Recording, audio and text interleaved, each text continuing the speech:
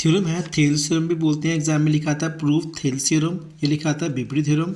BPT की full form क्या होती है? Basic proportionality theorem. या एक ये लाइन भी लिखी हो सकती है कि प्रूव दैट, आपको ये लाइन प्रूव करनी है। तो तीनों का मतलब जो सेम आपको लिखने वाला हूँ वही लिखना आपने।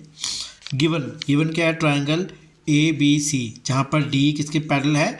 बी सी के। हमें क्या प्रूफ करना है? A D upon D B is equal to A upon E C. हमें ये प्रूफ हमें क्या करना है? प्रूफ करना है। हमने क्या किया? Construction join B E and C D. हमने क्या किया? Perpendicular D M A C के सामने ड्रॉ किया परपेंडिकुलर, और फिर किए E N perpendicular to A B. उसके बाद हमने क्या लिया? प्रूफ। हम जानते हैं एरिया ऑफ ट्राइंगल का फॉर्मूला क्या आता है? Half base into height. हमें ट्राइंगल निकालना है, area of triangle A D E.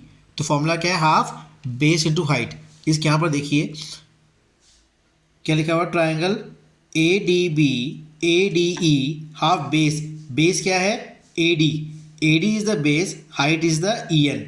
E N upon A D. So half A D multiply by E N, ये बन गई first condition.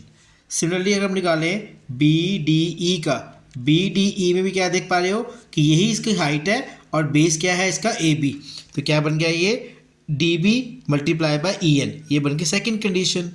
Similarly triangle A D E में अब ये base है, ये हाइट है, तो डी एम अपॉन क्या बन गया? डी एम अपॉन ए सी।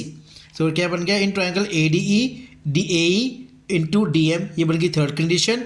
अगर हम निकालें ट्राइंगल डी ई सी का, तो ये ट्राइंगल की बात की जा रही है और इसके लिए हाइट सेम रहेगी, बिकॉज ये एक ही बेस पर है, तो ट्राइंगल इसी को, हाइट इसी को मानेंगे। तो इस केस में क्या बन गया?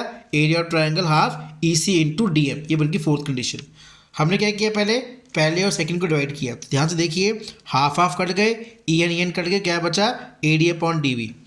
सेकेंड केस में देखिए, अगर हम 3-4 को डिवाइड कर रहे हैं तो उस केस में क्या बन रहा है हमारे पास? D M half half cut रहा है, क्या बच रहा है? A upon E C. ये लाइन लिखनी ज़रूरी है कि अगर ट्राइंगल बी डी ई और डी ई दोनों सेम बेस डी पर है तो वो सेम पैरेलल में होंगे, इसलिए दोनों का एरिया भी क्या हो जाएगा? सेम हो जाएगा। इसलिए हमने क्या किया? दोनों के एरिया को डिवाइड कर दिया, जिसकी वजह से इक्वेशन 5-6 से हमने क्या प्रूफ कर दिया कि area upon D B is equal to A C, A upon A C, hence proof. ये लिखने के आपको 5 मार्क्स का क्वेश्चन आने वाला पूरा कंप्लीट।